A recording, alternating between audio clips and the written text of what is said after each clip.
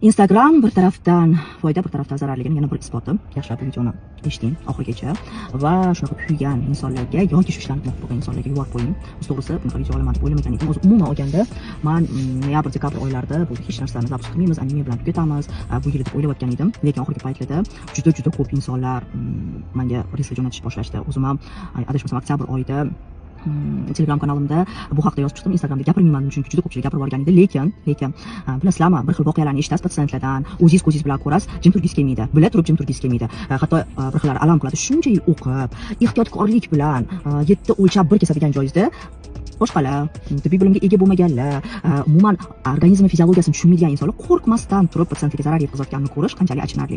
Mana yaqinda ham men sizlarga bitta voqeani aytib beray. Patsientkam oliy ma'lumotli, boshliq lavozimda ishlaydigan bir ayol mana shunaqa risadan keyin borib kosmetologda xuddi o'chakda turgandek turib qoralarga ukol qildirganlar. Nima ukolligini otini ham bilmaydilar, lekin sizga beshligini qilamiz deb turib shpris ruchkadan insulin ruchkaga tortib ularga qilgan. Men aniq bilaman, bu yerda dozada adashtirilgan. Aniq unaqa bo'lishi mumkin emas. Birinchidan bu juda ham noto'g'ri. Hech qachon tayyor berilgan ruchkadan insulin ruchkaga olib o'tish o'zi noto'g'ri.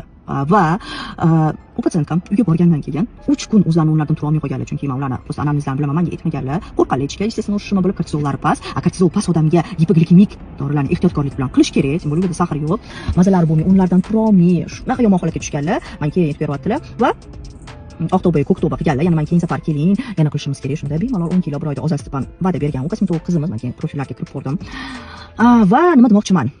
Aytyaptilar, ayting iltimos ilobar shuni, ayting men zarar ko'rmayman, boshqalar ko'rmasin, ishonishmasin, shunaqa qiynaldim, shundan keyin shunaqa tez ozib ketdim, bir haftaga qolmasdan 4 kilo tashadim, lekin meni holatim haligacha o'zib ketayotgani yo'q deyaptilar. Chunki o'tda nafaqat bilasizmi, kortizol tushgani uchun holatlari yomon bo'lgan, ikkinchidan o'tkir pankreatitdan rivojlangan bo'lishi mumkin. Endi o'zlariga kelyaptilar. Nima demoqchiman? Mana shu holatlarga qanaqa qilib be'tibor qarab turish mumkin? Qanaqa qilib sizlar o'zingizlarning sog'lig'inglarni shunaqa ishonasizlar? Hammaga 5, hammaga qanaqa qilib bunaqa bir xil. Sizlar 5 olayotganingizga aniq bilasizlarmi? Nimaga asoslangan holatda sizlarga 5 yoki 10 qilayotgan, 7,5 qilayotganini hech tushunasizlarmi? Nimaga asoslangan holatda? Bu yerda titratsiya degan holatini o'sha kosmetologlar aniq tushunmasligiga men 100% ishonaman. Chunki titratsiya qilish kerak, nimalarga ahamiyat berish kerak. Hech qanaqa kosmetologga borib emas, o'zingiz uy sharoitida ham qilishingiz mumkinligini, ya'ni hozir kunda bizning respublikamizda уже официально o'tgan ukollar bor. Qaysilarni neofitsialni, qaysilarni ikkitasini bittada qilish kerak, qaysilarni alohida qilsa bo'ladi. Bu ukollarni o'tganda nimalarga e'tibor berish kerak, kimlarga absolyut mumkin emas, kimlar ehtiyotkorlik bilan qilish kerak.